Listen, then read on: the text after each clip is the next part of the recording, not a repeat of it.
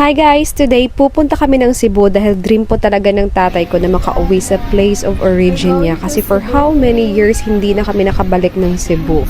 2018 yata yung last namin napunta ng Cebu tapos tatlo lang kami ng nanay ko. This time, medyo marami-rami kami. Hindi na talaga kami nakapunta ng Cebu na buong pamilya. Syempre kasi may kanya-kanya ng buhay, malayo na yung iba, kaya minsan na lang talaga nagsasama-sama. So today, April 18, happy ang lahat, lalo na yung tatay ko kasi syempre gusto niya to eh. Kasama ko pala yung mga kuya ko, ate ko at mga pamangkin ko. Syempre yung maganda kong nanay. At grabe, sobrang init. Syempre summer na summer. Guys, paos na paos ako dyan pero nakapag voice over ako ng maayos after. And ayan nga, habang nasa biyahe kami, ini-enjoy lang namin yung moment. Pero alam nyo ba yung tatay ko sa buong biyahe talaga namin, hindi yan siya umupo. As in, sinesavor niya talaga yung moment na nakasakay siya ulit ng barko, nasa dagat siya, lalong-lalo na on the way siya sa place of origin niya. So talagang ini-enjoy niya yung journey. Alam niyo kasi yung tatay ko, mahilig talaga yan sa dagat. Noong mga kabataan niya kasi matibay talaga yung sigmuran niyan. Kung dagat yung pag-usapan is sumasama yan sa pangingisda, magaling lumangoy, magaling sumisid. Meron pa nga yan siyang na-encounter na sobrang laking isda na akala niya ay madidedo siya ng isda pero yung isda yung nadedo niya. O, diba? And kayang-kaya niya yan lumangoy ng isang araw kahit malayo pa yung lalangoyin niya. Ganyan katiba yung tatay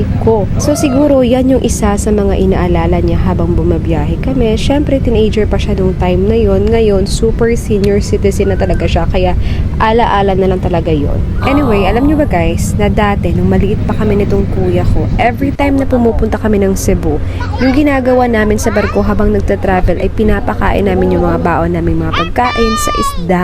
Naalala ko dati maraming dolphins everywhere. Enjoy na enjoy kami. Pero ngayon bihira ka na lang makakita talaga. Ewan, siguro depende na rin sa area. Ngayon naman, itong mga chikiting, hanap ng isda, walang mahanap.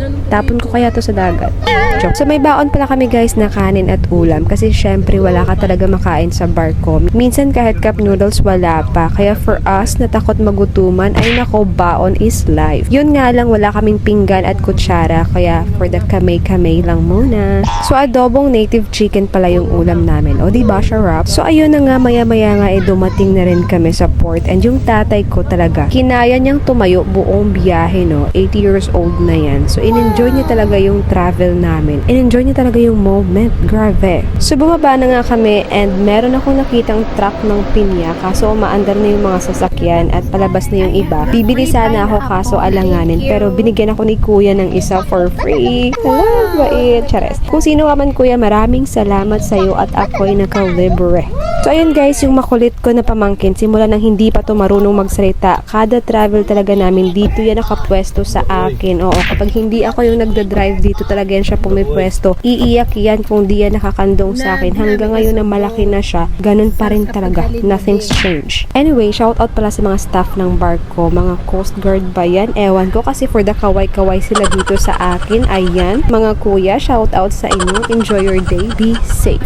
So nung makalabas na nga kami ng port, wala kaming ibang pinag-usapan sa sasakyan kundi yung mga lugar-lugar kung saan madalas yung tatay ko and kung ano yung mga ganap-ganap sa lugar na kinukwento niya. Mga ganun. Syempre madalas kami dito nung bata pa kami pero nakalimutan na namin yun. Yung tatay ko, ayan, nire-reminisce niya yung mga ganap-ganap sa buhay niya, nire-recall niya and happy naman ako doon kasi last year pa dapat yung plano namin na bumalik dito. Matagal na yon. Before pandemic pa gusto na namin bumalik dito ng Cebu kaso nga lang nagka-pandemic, hindi natuloy and ngayon pa lang siya natuloy. And thank you Lord kasi sa wakas natuloy na rin. O, di ba? Ang saya ng tatay ko dyan. So ayun guys, gabi na nung dumating kami sa bahay ng tita ko. But before I end this video, meron pala akong ipapakita sa inyo. Before kami dumating ng port, syempre pinick up namin yung ate ko doon sa San Carlos and prinank namin siya kung nasa na kami and kung saan sila. Kasi alam namin kung nasa na sila. Nag-aantay na sila sa amin. Nakikita na namin sila pero nagdadrama-drama pa kami na hindi namin sila nakikita at magtatanong kami kung nasa na kami. And end up na sila pala yung tatanungan namin. Ayan yung video. Din ka how? Nanapaw na kami sa resort ya.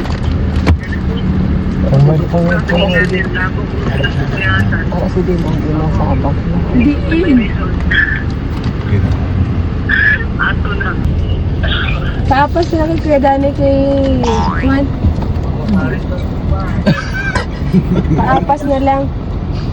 Ang bala si Kuya Dani nga, dire sa may resort ba? Paapas na lang sa may resort. Okay, inang nalapaw kami.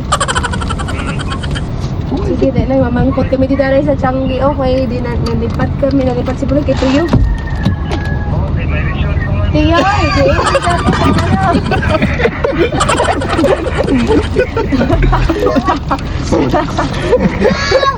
sige. Di hinapin.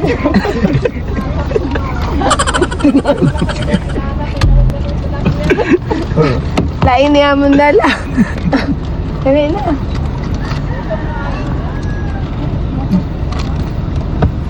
Dami mo po, dami.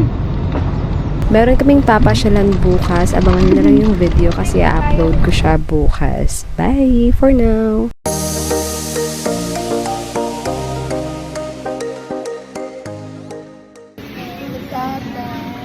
We're going to Cebu. Sa dutang na tawhanin. Hi, Nay. Hi. Hi. Si nanay kakalamiat eh.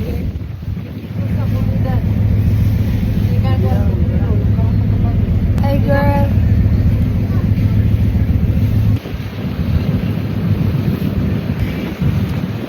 Welcome to Cebu. Ito ang muna okay ito ka-against the line. Grabe, sunog-sunog na rin ko ganun. The free pineapple. Paos na ko. Guys, may nagatag sa akin pineapple. Thank you. Kabakal ko tani, pinya. Inatag na lang sa akin. Kwarta ay madala. For free. Thank you sa naghatag. Support. Pinakasabay kami nga gabaligya. Pinakasabay kami nga ila cargo, pineapple. And then, they give me this one. Super big. Thank you. Ow! Nagnami na subong. Sang sa paghalin mo de. Pila ng edad mo paghalin mo de. Pila ka na subong. Alangan hindi na lang ni hindi na lang ni mag-improve. Toledo. Port. Go ikog B. Where's Mother Dear and Father Dear and Kuya JR and Kuya MD? What are you eating, guys? What are you eating? Baho-baho. What's Baho that? dinig, aircon. Wala, oy.